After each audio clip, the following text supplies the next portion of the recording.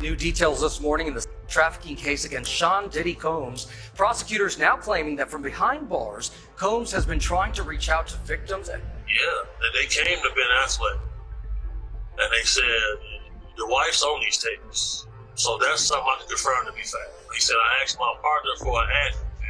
He handed me the ad. I woke up 22 days later. Combs is the person who mentioned them and put him in the coma. They like to keep memorabilia from these escapades. And this is something that's a lot more common than people think amongst elite parts of society. You want to know where he is? If you want to know where he is, I'll tell you where he is, but he wants to surrender. He's here to surrender. You're legendary for the parties that you throw. I'm a legend, baby, for a whole bunch of things. Yes. You need locks on the doors?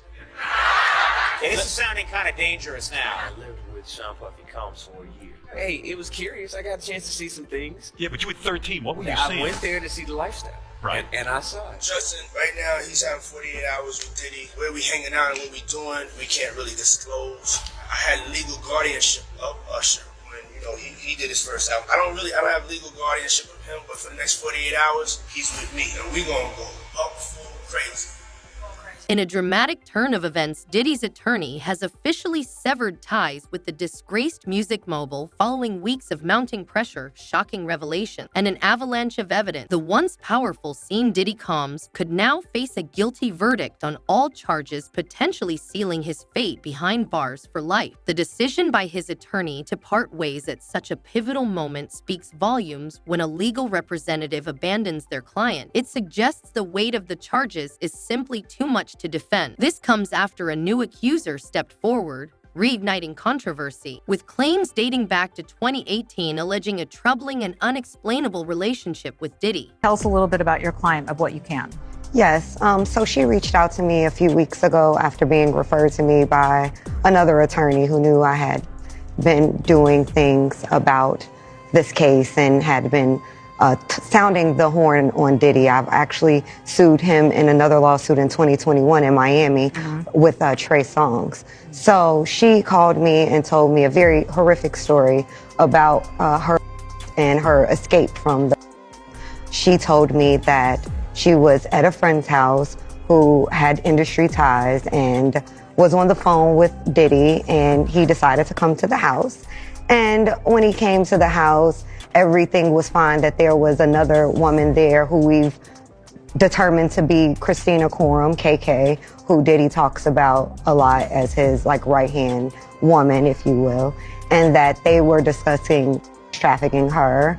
And then that led to her being served a drink where then she started to feel woozy, and then Mr. Combs her with an inanimate object, and then actually directed another gentleman to her while he watched and pleasured himself. So she was able to escape eventually and ran out into the streets yelling and screaming, and a neighbor heard her because this happened in a quiet suburban neighborhood, if you will. So there's a witness? Yes, we have a witness. We also have a police report, and that was made in 2018, that she, when she initially filed the police report, she didn't name Diddy out of fear of retaliation, and more importantly, fear that no one would believe her. We all have stories. Mine is horrific. Why didn't you say something then? Because we just want to live. We want to be happy. And we really want to forget the trauma. Former backup dancer Tanika Ray has spoken out amid federal home raids, trafficking allegations, and growing speculation that the embattled music mogul could face criminal charges. Since then, I've been like, yep, I have a lot of stories, y'all. Maybe I'll write a book one day. Law enforcement had enough to get the search warrant. They maybe even have enough to get an indictment, and if so, I expect Diddy to be arrested in a matter of days and no more than weeks. So there's that. Tanika has reacted to this interview from Joy Reid MSNBC series, posting on Instagram and sharing her thoughts. She claims Diddy fired a family member after they allegedly refused his advances. Years later, they finally came out, and this a male, and said that Puff had said, come home, stay the night with me, or the internship is over. Oh, yeah. You know, we all have stories. Seriously, we all have stories. Mine is horrific, and only 5 people know it. And I probably will never tell it. Tanika, who has also worked in entertainment journalism, referenced an alleged experience with Diddy from 1996 in her post, adding that nothing happening now is surprising to her. And mind you, I then interviewed him many times. And I also am very intimately aware that you tell your truth and you become victimized over and over and over and over and over and over. But it just is so traumatizing that women just want to live every day and feel safe. Can't nobody hold me down. This comes as Diddy's legal saga intensifies, with his attorney calling the Homeland Security search warrants a witch hunt, accusing them of excessive force and hostility, leading to a premature rush to judgment. Likely has a very strong case against Diddy. They don't execute these types of search warrants until they have talked to witnesses, have gathered evidence, and they believe they have an ironclad case. Not only that, they had to get a federal judge to sign off on the search warrant. Ultimately, I think Diddy is going to be indicted by a grand jury. If Diddy waives his right to a speedy trial, he could potentially push the case out a year or more.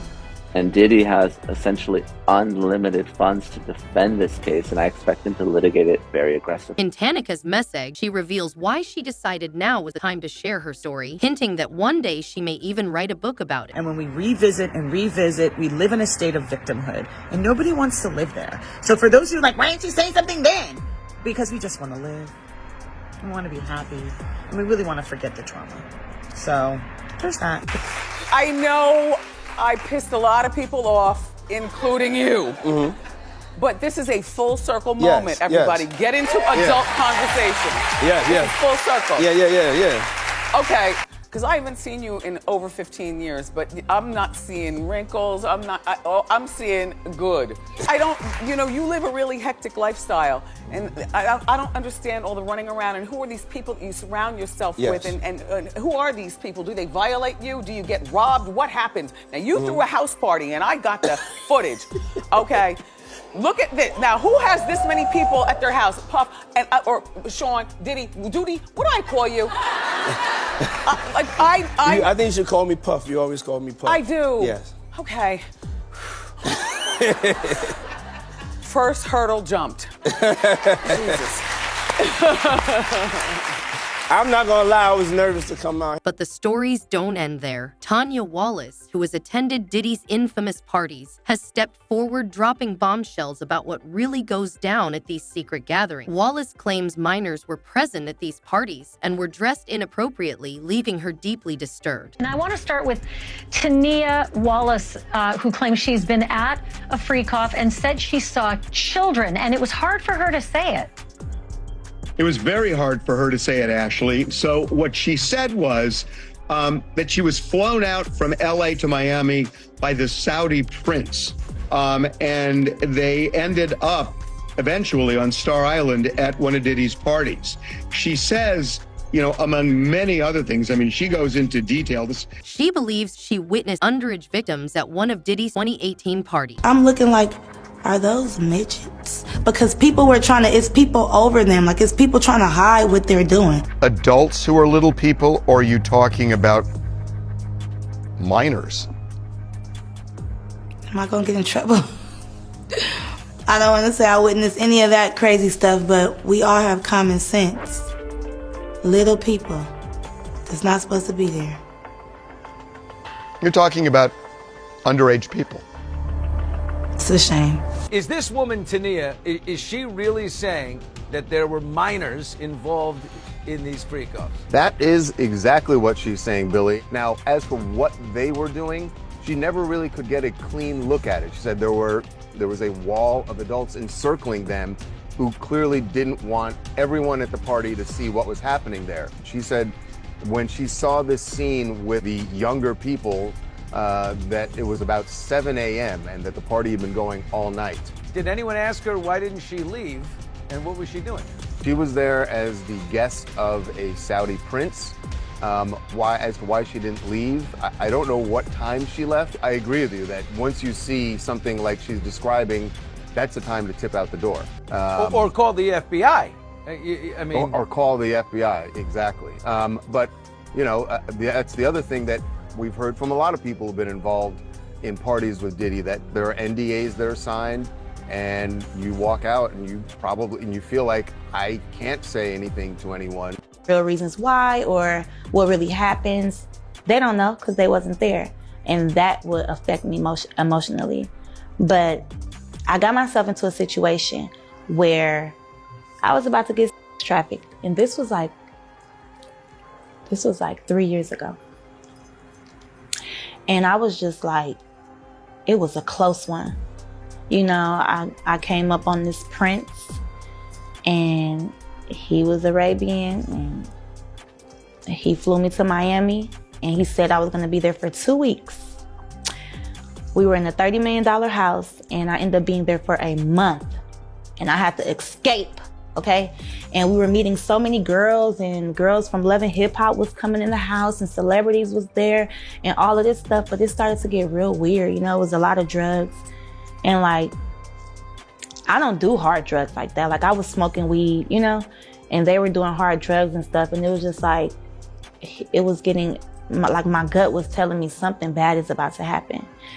But he was trying to like distract us with buying this stuff. We was going shopping and doing all these things. And for some reason I felt like I'm used to getting, but like this right here, where am I about to be tomorrow? And why are we still here? So then he says, well, we're gonna go to Cuba. So the girls start talking in the house and they're like, girl, I gotta get back home. And he said that I can't leave. And I'm like, well, what is he gonna do with us? Then, you know, we had went to some celebrity's house and we ended up at P. Diddy's house.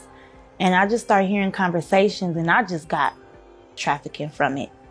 Because, you know, I heard the prince saying something like, oh, you can have whoever you want. Like he was like selling us, you know? So I'm like, is this traffic? Like, what the? And it gave me a whole nother outlook on everything too. And I had to like really like pump my brakes on how I do things. And maybe because a week before that, I had just said like, I want to be in Miami. I want to be around royalty. I want to spend this much amount. And I realized everything that I said that I wanted, it came like the next week. Tanya Wallace also shared an explosive account during her interview with No Jumper. Her shocking revelations have left the internet in disbelief. She didn't hold back, detailing how these gatherings weren't just wild celebrity parties, but something much darker. The most disturbing part, Diddy's sons were allegedly present at these events. Club Live ended up ending like later than out here, like 4 o'clock. Yeah. We go back to the mansion. We chill for like an hour. Next thing you know, we load it up, like how we always do. We load up and go places, but now we load it up on our way to Star Island. What is that? Star Island, where Diddy lives. Oh. So that's where his freak off goes. It's just like a section of Miami, or it's like an actual island? It's actually, because the street has like a whole bunch of palm trees and stuff like that. Okay. Like, you know, I did TMZ. I just did a documentary for TMZ last week, right? Okay. And it's the, I seen you on the first one. Oh, they're doing a follow-up? Yes, because they have more information. So it was the downfall of Diddy. That's true. There's like hundreds of more accusations after the first one. Yeah. Exactly. And so I sat down with Harvey and they basically, I got there because I had footage. So I gave them footage that nobody has. Okay. And so we're on Star Island. I'm in my Snap recording like, oh, Diddy's house is lit, da-da-da. But I haven't gotten there yet. So I'm not knowing as soon as we get to the door that they were gonna lock up our phones in bubble cases. We could hold it, but it's locked up. We can't use it. Right. So I'm like, what the So I walk in. Instantly, one of Diddy's sons, Christian, was like, you, come here. Now I'm walking with the girl that I brought. The other girls are walking behind me, but once we got in the house to the side door, it was a backyard, so everybody split up. And so the vibe is that the pretty girls, dudes will come up to him and kind of like make it clear, like, yo, you're getting invited to the latter tier of this party. Exactly. And they're giving out what, like little sandals? Exactly, that's what they were giving out. So he, when the son came up to me and said, you come here, or called me over there, I'm like, who, her? He's like, no, you. So I'm thinking like, why not both of us? But okay, whatever. He's like, take these shoes. The shoes, the robe shoes, white terry cloth robe shoes. They're like, oh yeah. And I'm like, what do I do with these? He like, this is how you get in the house. So I just took them, I carried them. And that's when Diddy came, like, just appeared. Now, when somebody walks behind you and rubs the side of you, you already know, like, what the? Yeah. You might as well hold me and pick me up. What was you about to do? Throw me in the pool? But everybody was already skinny dipping. That's nothing. When I walked in, before I seen Diddy, I'm just peeping out everything. House music going like a rave. Do, do, do, do, do. And it's real, real loud. It's 7 o'clock in the morning. People drinking mimosas, eating eggs and bacon in the goddamn pool. But naked though. And just walking around, and waitresses passing around drinks left and right. I was even holding the drink in my hand, and I don't even drink like that. Occasionally, but so when he came up to me, he's like, how are you liking my house? And I'm like, I'm trying not to be starstruck, so I wasn't looking him in his eye. And so I was just having side conversations with him. He's, the prince been telling me a lot about you, and da-da-da-da, like, but you need to go inside my house. Enjoy my house. And he's saying little stuff like, what's mine is yours, and all of this stuff or whatever, right? So I tell my friend, like, girl, let me just go up in this house. Like, the wants me to go inside. Right. But I don't want to leave you out. So I'll be in there for a few minutes. I'll be right out. Walk up in there. This going on, that going on, a few things going on. So wait, like the main house is the party, and then there's a separate room or a separate section where the freak off is taking place? Separate section where the freak off is taking place. And you can't see this section from the main party? No, because you got to go inside the house. The party is like outside, and the party is inside too, but that's the freak off. Okay. So people that are just outside, they won't know what's going on. And you're talking about until you walk in. You're saying publicly f***ing in multiple people. There's just like a couch, exactly, and there's just some couple dudes fucking a bunch of girls. Yeah, and naked, everything. I mean, they not pulling shit to the side, trying to be discreet about it. No, this is like they in the room by themselves, tuning out everybody around them. Such a crazy concept to me because I have so much experience having on camera, but I can't imagine just being at a party and just wanting to have an where like a million other people could see you. It seems like such an obvious thing to be like, let's go in the other room. Right, but you know what? With the music and the drugs and the drink, do they even care? And I was thinking about that. Like if I'm gone off the molly, I'm talking about gone, like like sure, a rave. Like I've been to these Hollywood parties. You know the parties where you go in Hollywood, like it's like different sections. Like it's a R&B, not R&B, like a reggae side, then a techno house music side, and it's a regular mainstream side. Right. The music was loud as you go to different sections of the house, it's different shit going on, like a different tune of music. You get what I'm saying? Although Diddy's attorneys may try to deflect, twist the narratives, and create distractions to steer attention away from the avalanche of accusations, there's one chilling story they can't escape: the mysterious and untimely death of Aaron Carter. The pop star, who captivated audiences from the age of 9, tragically passed away at 34, officially ruled as a result of drug and mental health struggles. His death never sat well with fans and conspiracy theorists alike. Now, new theories are emerging suggesting that Diddy may have been involved in Aaron's tragic end. Following developing news tonight in Lancaster, where pop star Aaron Carter has died at the age of 34. Yeah, the troubled performer grew up in the limelight, but he was in and out of rehab several times in his short life. Chris Wolf is live for us in Lancaster. He's got more on this. Chris? Yeah, Rick, MB, the street is now cleared. People have been moving in and out of that home behind me all day. And tonight we heard from some of those closest to Aaron Carter, and they all say the same thing. They all share stories of a very kind, loving, caring, humble, yet troubled young man.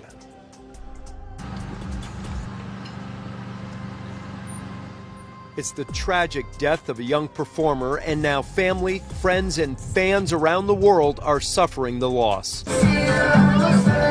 Singer, rapper, actor Aaron Carter is dead at the age of 34. Oh my God. Carter's close friend and stylist recently shared a video of a birthday celebration for Carter's fiancée, Melanie Martin, who is also the mother of their 11-month-old son, Prince. It's very painful, very, very painful. I talk to him 2 weeks ago, he was at the dentist and he FaceTimed me. He said, come over. And I said, I have work to do. I wish I could have just go see him at least one more time. Nick's brother, Aaron Carter. Right. A lot of people keep forgetting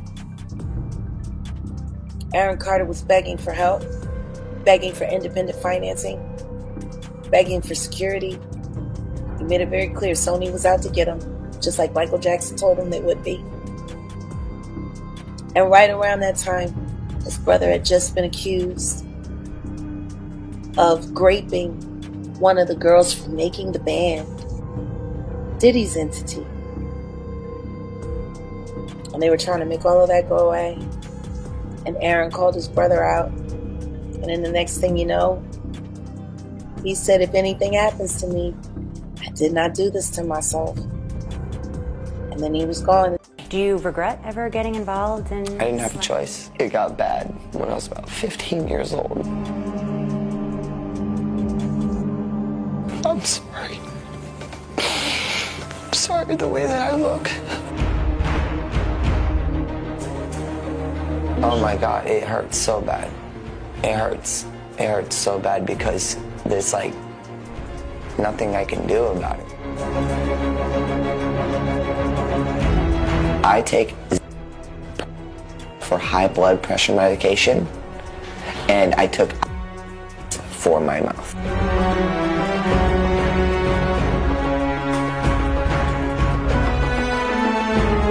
How would you feel every 2 seconds seeing a tweet? You go, oh, look at this.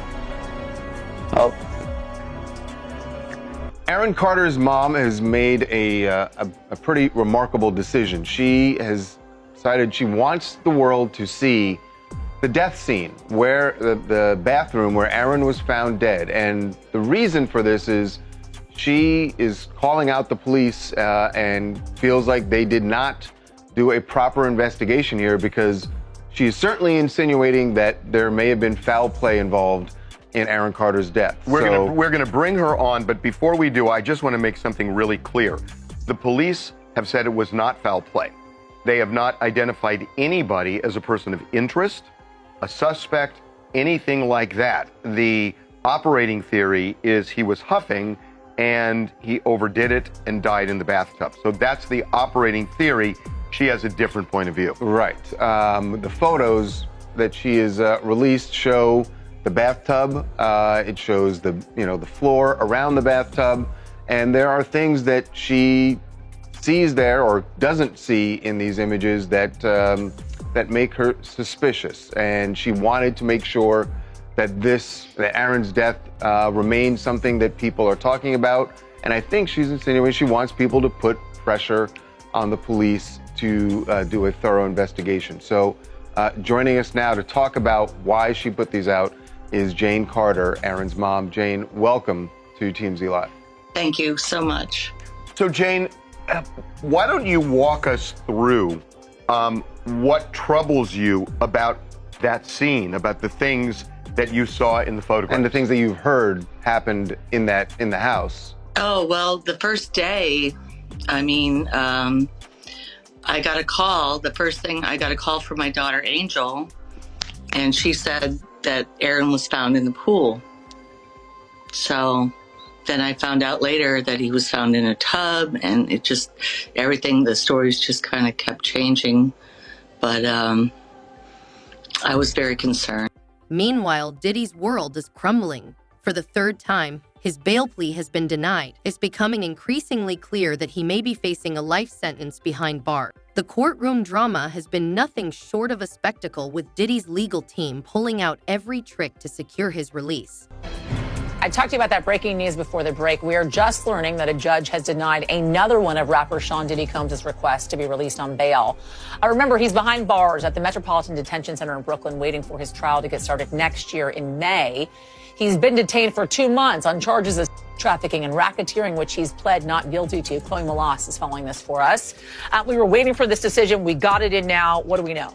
All right. Well, it's 5 pages, and the takeaway here is that the judge is saying that no condition or combination of conditions will reasonably assure the safety of the community. And that was what New York prosecutors were saying. I was in court twice last week, and I listened to these prosecutors say that he was a danger to the community, and they showed that video, that surveillance video of him from 2016 brutally beating his then girlfriend, Cassie Ventura, saying that he has a propensity to violence, and that alone is a reason why we cannot agree to the proposed bail package. Now, his team had offered $50 million, a home of his in Miami as collateral, and they said that he would live in an apartment on Manhattan's Upper East Side, monitored by 24-hour security, that he would only talk to his attorneys, that he would only have, certain family members on a pre-approved list, and that, he would actually be under stricter conditions than he is at the jail in Brooklyn. But clearly,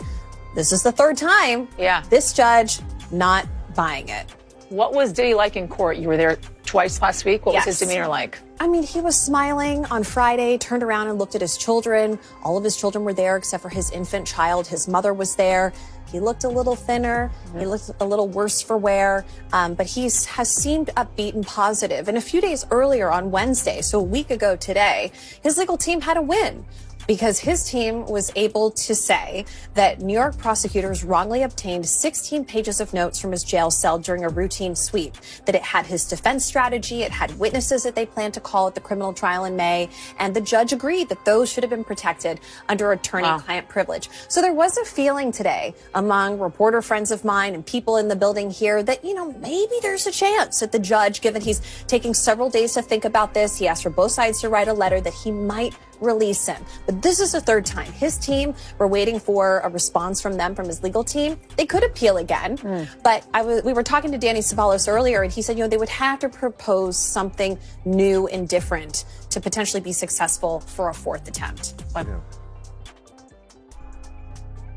They playing a game with him because they want him probably to be a witness or to turn over some evidence on some other people that they would like to have behind bars too.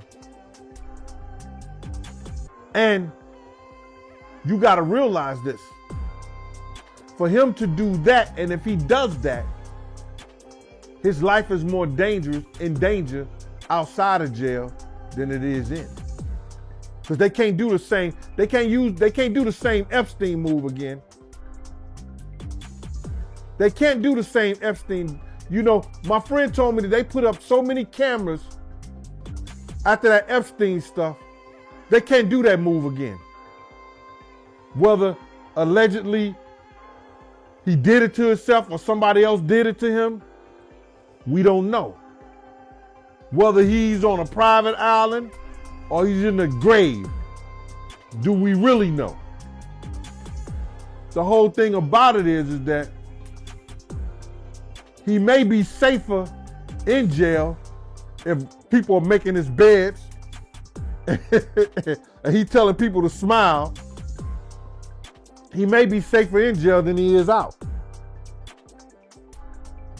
Now, I don't know. I thought he would have it hard, man, because since that was Brooklyn, and Brooklyn always stands up, and a lot of dudes from Brooklyn think that he led big to his death.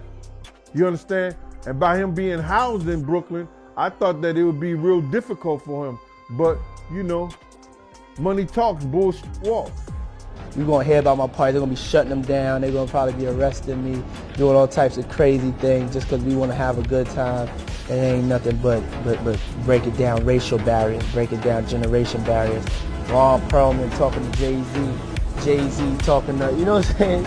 It just goes on and on. However, the mounting evidence and growing accusations are leaving him with little room for escape. So what do you think? What other secrets might be hidden in Diddy's web? Let us know in the comments. And if you're here for all the drama, don't forget to like, share, and subscribe for more explosive secrets from the music industry. Until next time, fam, keep it locked.